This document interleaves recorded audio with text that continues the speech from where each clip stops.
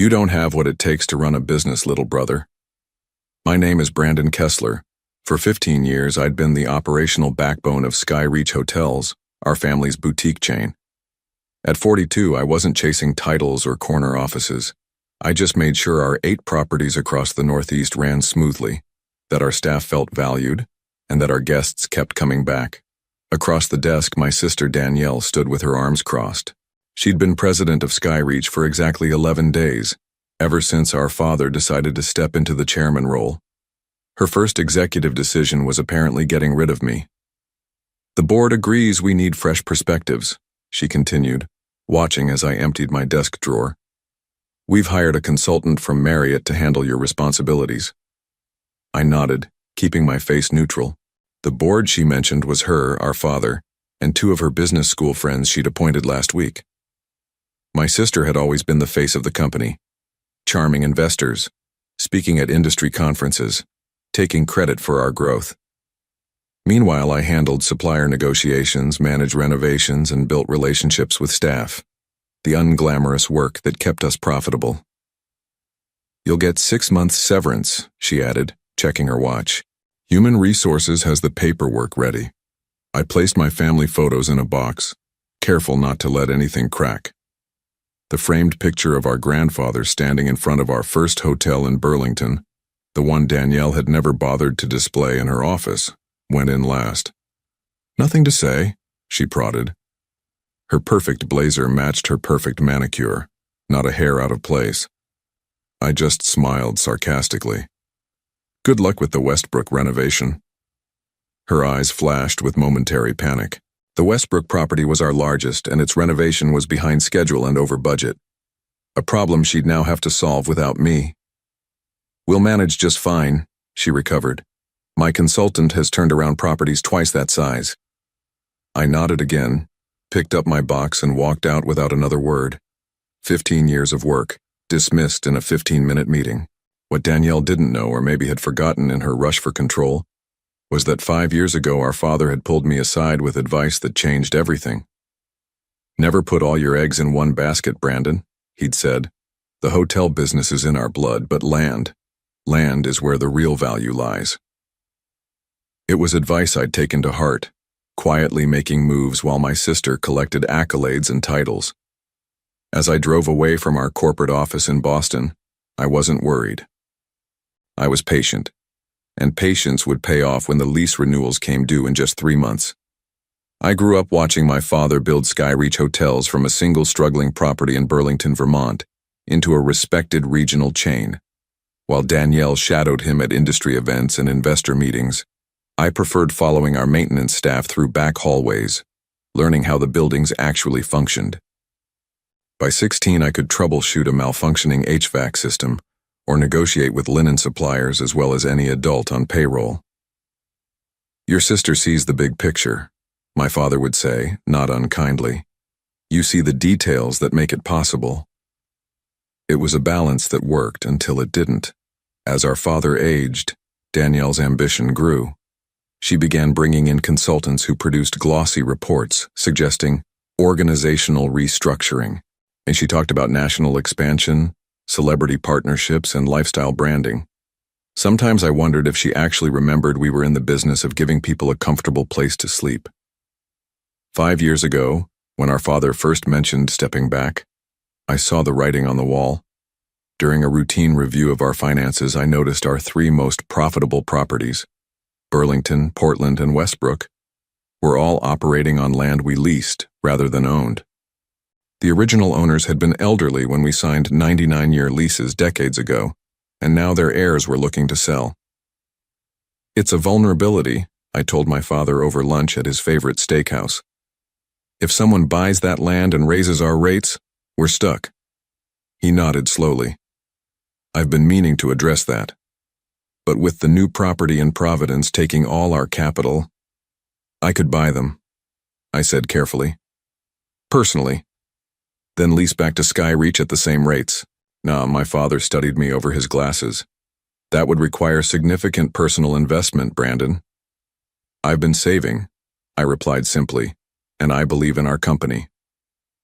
The next day, he connected me with our bank. 3 months later, I owned the land under our 3 flagship hotels. The company remained the tenant with a 5-year preferential lease agreement that would need renewal. "Does Danielle know about this arrangement?" my father had asked as we signed the papers. "It's all in the corporate documents," I said, "but she doesn't read those unless she has to." He chuckled. "Your sister sees the forest, you see the trees. Someday she'll understand how important that is." Now, driving home from my last day at Skyreach, I wondered if that day had finally arrived. I hadn't missed the subtle changes over the past year, Danielle excluding me from strategic meetings, questioning my budget requests, reassigning my best staff. The groundwork for my removal had been laid long before today's conversation. The morning after being fired, I woke at the same time as always, 5:30 a.m. For 15 years, I'd started my day reviewing overnight reports from our properties, addressing any issues before they could escalate. Today, my phone remained silent. No emergencies, no fires to put out, just silence.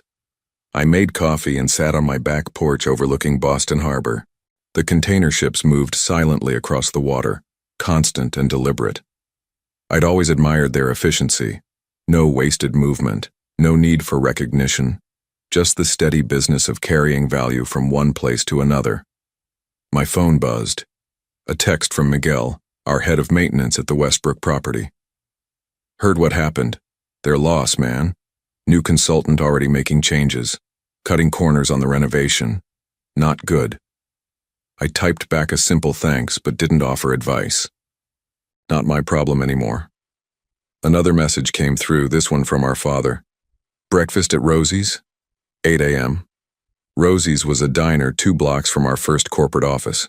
We hadn't eaten there together in years. When I arrived, he was already in a corner booth, looking older than I remembered. He nodded as I sat down. "She told me after the fact," he said without preamble. "I would have handled it differently." "But you didn't stop it," I observed. "Not a question." He sighed, stirring his coffee. "Danielle thinks Skyreach needs to evolve, become more corporate, less family-style management. And you agree?" "I think..." He paused, choosing his words carefully. "That your sister has a vision for growth that the board finds compelling." The waitress brought our usual orders without asking, black coffee and blueberry pancakes for him, eggs and toast for me. Some things hadn't changed. "The land," he said after she left. "Danielle doesn't fully understand the lease arrangements." I cut my eggs precisely. "The corporate documents explain everything." "You know she doesn't read the fine print." He gave me a pointed look. "The renewal comes up soon." 3 months, I confirmed. "I've already spoken with my lawyer about terms." My father set down his fork. "What are you planning, Brandon?" The question hung between us. In that moment, I realized I'd been expecting this conversation for years, preparing for it even. The quiet, reliable son finally having leverage over the favored daughter. I'd imagined satisfaction, vindication. Instead, I just felt tired. "Market rate leases," I said finally. "Nothing more, nothing less." He nodded slowly. "That will significantly impact our operating costs." "Yes." I met his gaze. "It will." We finished our breakfast in silence. As we stepped outside, he placed a hand on my shoulder. "Your sister sees business as a game to win," he said. "You've always seen it as a foundation to build on. Don't forget that difference." I watched him walk away, his shoulders slightly stooped with age. For the first time, I saw clearly what had been in front of me all along. This wasn't just about Danielle underestimating me. It was about our father enabling a rift that had been growing for decades. I returned home and opened my home office. On the wall hung the original plans for our Burlington hotel, framed when I purchased the land beneath it. Time to focus on foundations. 2 weeks after my dismissal, Danielle finally called. I let it go to voicemail, then listened to her carefully measured message. "Brandon, we need to discuss the transition. Some files are missing. Call me back." No apology. No acknowledgement that she'd fired her brother after 15 years of service. Just business as usual. I deleted the message and spent the afternoon meeting with an old college friend who'd become a commercial real estate developer. The next day, she appeared at my condo. When I opened the door, she brushed past me into the living room. "You're ignoring me," she said. "I'm respecting your decision to remove me from company business." I remained standing while she sat uninvited on my couch. "What files are you missing?" "Vendor contracts, maintenance schedules, the complete renovation plans for Westbrook." She frowned. "And financial documents. There's a gap in our property lease information." "Everything is in the shared drive," I replied. "Organized by property and department, just like always." "Well, your organization system isn't exactly intuitive." She crossed her legs, her designer heel bouncing with irritation. "And your replacement needs context." I poured myself a coffee without offering her one. "My replacement is a hospitality consultant who's turned around properties twice our size. I'm sure he can figure out a filing system." Her eyes narrowed at hearing her own words thrown back at her. "This isn't helpful, Brandon. The company needs—" "I don't work for the company anymore," I interrupted. "Remember?" Danielle stood, smoothing her skirt. "Fine. I'll have legal request the documents formally." "Do what you need to do," I said, walking toward the door. Our conversation was over. A week later, a certified letter arrived from Skyreach's lawyer requesting all documents pertaining to company operations. I forwarded it to my own attorney, who responded with a detailed list of everything already available on company servers, and a polite reminder that personal notes and materials were my property. Meanwhile, I started receiving calls from Skyreach employees. The new consultant was implementing efficiency measures, cutting staff hours, deferring maintenance, replacing longtime suppliers with cheaper alternatives. Morale was plummeting. Guests were noticing. Rather than satisfaction, I felt a strange hollowness. These were people I'd worked with for years, some I'd personally hired. Their livelihoods were being threatened by my sister's vision and my absence. Then came the email from our property insurance provider, requesting clarification on recent ownership changes affecting 3 key properties. Apparently, Danielle had attempted to update the insurance policies and encountered the truth. The company didn't own the land under our most profitable hotels. I did. I forwarded the email to my lawyer without responding. The next morning, my father called. "Did you know?" His voice was tight. "That Danielle doesn't read legal documents?" "Yes," a heavy sigh. "She's called an emergency board meeting. Says you've hidden critical information from the company." "Nothing was hidden," I replied evenly. "Every lease agreement is properly documented. The company has been paying me rent for 5 years." "Paying you?" He sounded genuinely confused. "The accounting shows payments to BK Holdings. She thought that was a property management company." BK Holdings. Brandon Kessler Holdings. My sister had been signing off on financial statements for years without realizing she was approving payments to her own brother. "The board meeting is tomorrow," my father continued. "You should be there." "I'm not on the board anymore," I reminded him. "Brandon." His voice softened. "This is still our family business." After we hung up, I sat at my desk, turning my grandfather's old hotel key between my fingers. The same key that opened the first property my father had transformed into Skyreach. Family business indeed. But families were supposed to look out for each other. My lawyer called an hour later. "Skyreach's attorneys are requesting information about lease renewals. How do you want to proceed?" I made my decision. Send them the new terms, market rate, no special considerations. The Westbrook Hotel stood 8 stories tall on the corner of Ocean Avenue, its large windows reflecting the morning light off Casco Bay. I'd personally overseen its renovation from a tired motor lodge into one of our most distinctive properties. Now I sat in my car across the street, watching guests stream through its doors, unaware of the corporate drama unfolding behind the scenes. My phone buzzed with a text from Patricia, my lawyer. "They've received the new lease terms. Expecting a response today." I'd known the numbers would shock them, The below-market rates I'd offered 5 years ago had saved Skyreach nearly $2 million annually across the 3 properties. The new terms would eliminate that advantage entirely. As I watched, a familiar silver Mercedes pulled into the reserved parking spot near the entrance. Danielle. She wasn't supposed to be in Portland today.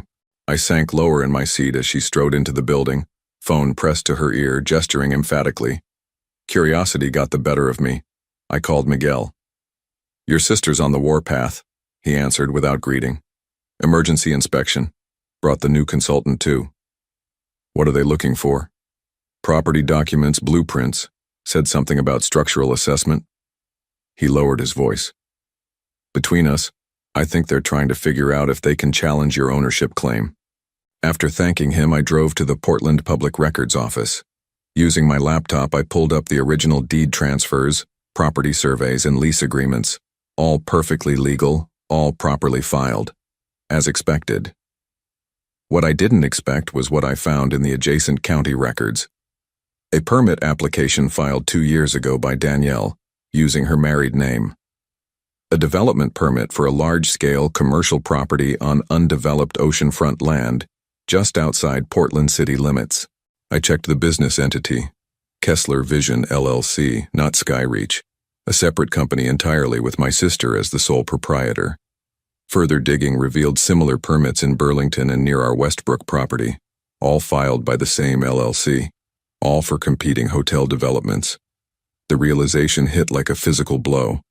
While I'd been faithfully managing our family's hotels, Danielle had been planning to launch her own competing chain. She hadn't fired me because she thought I was incompetent. She'd fired me because I was in the way of her true ambitions. I called Patricia immediately. "I need you to look into a company called Kessler Vision LLC." 2 days later, we had the full picture. Danielle had been courting investors for her own luxury hotel brand for nearly 3 years. Her business plan, which Patricia had obtained through a contact, explicitly mentioned leveraging expertise and clientele developed at Skyreach and targeting the same markets where our most successful properties operated. The morning of the emergency board meeting, I received a call from an unexpected source, Vincent Ross, one of Danielle's business school friends who sat on our board. "I've seen the lease renewal terms," he said without preamble, "and I've heard rumors about Kessler Vision." "Not just rumors," I replied. A long pause. "I respected your father. That's why I joined this board." Another pause. "Danielle assured us you were stepping away voluntarily, that you wanted to explore other opportunities." "Did she mention her own other opportunities?" A heavy sigh. "No, that's why I'm calling." I heard papers shuffling. "The board meeting is at 2. I think you should know that Danielle is going to propose Skyreach sell the Westbrook, Burlington, and Portland properties. Says the lease terms make them unprofitable." The final piece clicked into place. She wanted Skyreach to sell the hotels so her new company could acquire them at distressed prices. The buildings, not the land, creating a complicated situation where her new venture would become my tenant. "Thank you for telling me," I said. "I didn't tell you anything," Vincent replied, and hung up. I sat very still, letting cold rage wash through me. This wasn't just business anymore. This was betrayal on a level I hadn't imagined. Instead of attending the board meeting, I flew to New York to meet with Julian Hayes, CEO of Commonwealth Hotels. We'd crossed paths at industry events over the years, and he'd once attempted to recruit me. At the time, I'd declined out of loyalty to my family's business. Now that loyalty felt misplaced. "Interesting timing," Julian remarked as we settled in his corner office overlooking Central Park. "I heard Skyreach is considering divesting some properties." News traveled fast in the hospitality world. 3 properties, I confirmed. Their most profitable ones. He leaned forward. "And you happen to own the land beneath them?" I nodded. A situation my sister failed to appreciate until recently. Julian's smile was all business. "So, what exactly are you proposing, Brandon?" "A partnership. Commonwealth acquires the buildings when Skyreach sells. I maintain ownership of the land but offer preferential lease terms to you." I slid a folder across his desk. "Detailed financials, current operations, and my proposal. While Julian reviewed the documents, I gazed out at the park. 15 years at Skyreach, and I'd never had an office with a view like this. Danielle had insisted the best spaces were needed for client meetings and her own office. Always the face of the company, always front and center. These properties fit our expansion strategy, Julian said finally. But I'm curious. Why not simply raise the rent and force your sister to keep operating them? You'd make more money. Because she's already planning to launch a competing hotel chain, I explained. One that would directly target Skyreach's market. His eyebrows rose. While still running Skyreach, that's ambitious. That's one word for it. I kept my voice neutral. I believe her plan was to devalue these properties, have Skyreach sell them, then acquire them through her new venture at reduced prices. With you as her landlord, Julian chuckled. Awkward. I prefer to choose my business partners more carefully. I met his gaze directly. Commonwealth has a reputation for retaining staff during acquisitions. That matters to me. Julian studied me for a long moment. Family businesses are complicated, he said finally. This isn't about family anymore, I replied. It's about doing the right thing for the people who built these hotels. 2 days later, Commonwealth's legal team began drafting acquisition proposals. Meanwhile, I contacted Miguel and other key staff members at the 3 properties, discreetly informing them of potential changes and assuring them their positions would be secure. The news broke faster than expected. A hospitality industry blog published a piece speculating about Skyreach's financial troubles and Commonwealth's interest in their prime locations. Danielle's response was immediate. A company-wide email denying any plans to sell properties and reaffirming Skyreach's strong market position. Then my father called, his voice weary. The board rejected her proposal to sell. Good, I said simply. She's furious. Says you're undermining the company. He paused. She found out about your meetings with Commonwealth. I remained silent. Brandon, he sighed. What are you trying to accomplish here? The question hung between us, heavier than he knew. What was I trying to accomplish? Revenge? Justice? Or something more fundamental? A reckoning long overdue? I'm protecting what I built, I answered finally. The same way you taught me. 3 weeks later, Skyreach's stock dropped 12% following a quarterly report showing declining revenue and increasing costs. The same day, I received a formal request from the board, minus Danielle, for a meeting to discuss strategic alternatives for challenged properties. My lawyer and Julian's team prepared for the meeting meticulously. When the day came, I walked into Skyreach's conference room for the first time since my dismissal.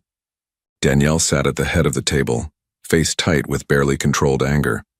Our father sat to her right, looking every bit his 70 years. Board members filled the remaining seats, their expressions carefully neutral. I took my place at the opposite end, opened my portfolio, and waited for them to make the first move. Let's be clear about what's happening here, Danielle began, her voice clipped. My brother is attempting a hostile takeover of the company our father built. Incorrect, I replied calmly. I'm simply exercising my rights as a property owner. Commonwealth Hotels is interested in acquiring buildings Skyreach no longer wishes to maintain, given the new lease terms. Vincent Ross cleared his throat. The board never approved selling those properties. The board was presented with misleading information, I countered, sliding folders to each member. These documents show that while serving as president of Skyreach, Danielle was simultaneously developing a competing hotel chain, targeting the same markets. The room went silent. My father's face drained of color as he opened his folder. This is absurd, Danielle sputtered. Kessler Vision is a consulting firm, not a hotel development company with permit applications in 3 cities where Skyreach operates, I finished for her, with a business plan explicitly stating its intention to leverage expertise and clientele developed at Skyreach. Our father turned to her, betrayal evident in his expression. Is this true? Her silence was answer enough. I continued. Commonwealth's offer exceeds market value for the properties. It includes guarantees to retain all current staff and honor existing customer commitments. I paused. Something Danielle's venture had no intention of doing. You've been planning this for years, she accused, voice shaking. Buying the land, waiting to spring your trap. No, I corrected. I bought the land to protect our family business.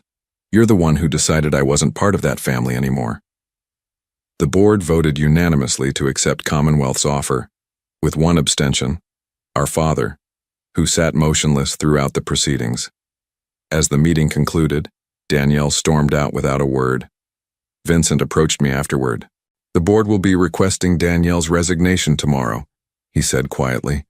We'll need interim leadership while we restructure. I shook my head. That won't be me. I've made other arrangements. 1 year later, I stood on the rooftop terrace of the former Westbrook Hotel, now the flagship of Commonwealth's Northeast Collection. The property had been renamed the Harbor View, but much remained unchanged. Miguel still ran maintenance, most of the staff had stayed on, and guests still enjoyed the same ocean views that had made it special. Julian joined me, handing over a quarterly report. Revenue up 17% from last year. You were right about the local market potential.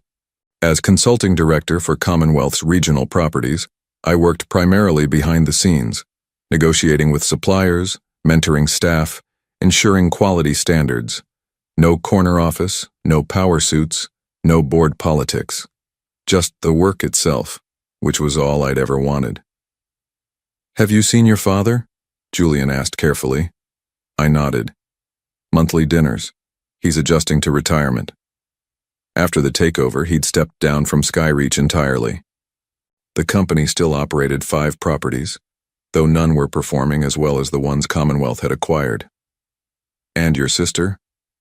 Kessler Vision filed for bankruptcy protection last month. I said it without satisfaction or regret. Turns out hotel development requires more than ambition and a business degree. We stood in comfortable silence, watching boats navigate the harbor. Eventually, Julian left for another meeting, and I remained alone with my thoughts. My phone buzzed with a text from my father. Dinner tonight? Bringing the grandkids. I smiled and confirmed. My niece and nephew weren't responsible for their mother's actions, and I'd made sure my relationship with them remained intact throughout the corporate turmoil. As the sun began to set, I took one last look at the property. Not just the building, but the land beneath it. The foundation that made everything else possible. In the end, that's what Danielle had never understood. Success wasn't about who sat in the biggest office or who had the fanciest title. It was about creating something solid enough to weather any storm. I turned away from the view and headed downstairs. Time to prepare for dinner with family, the parts worth keeping anyway.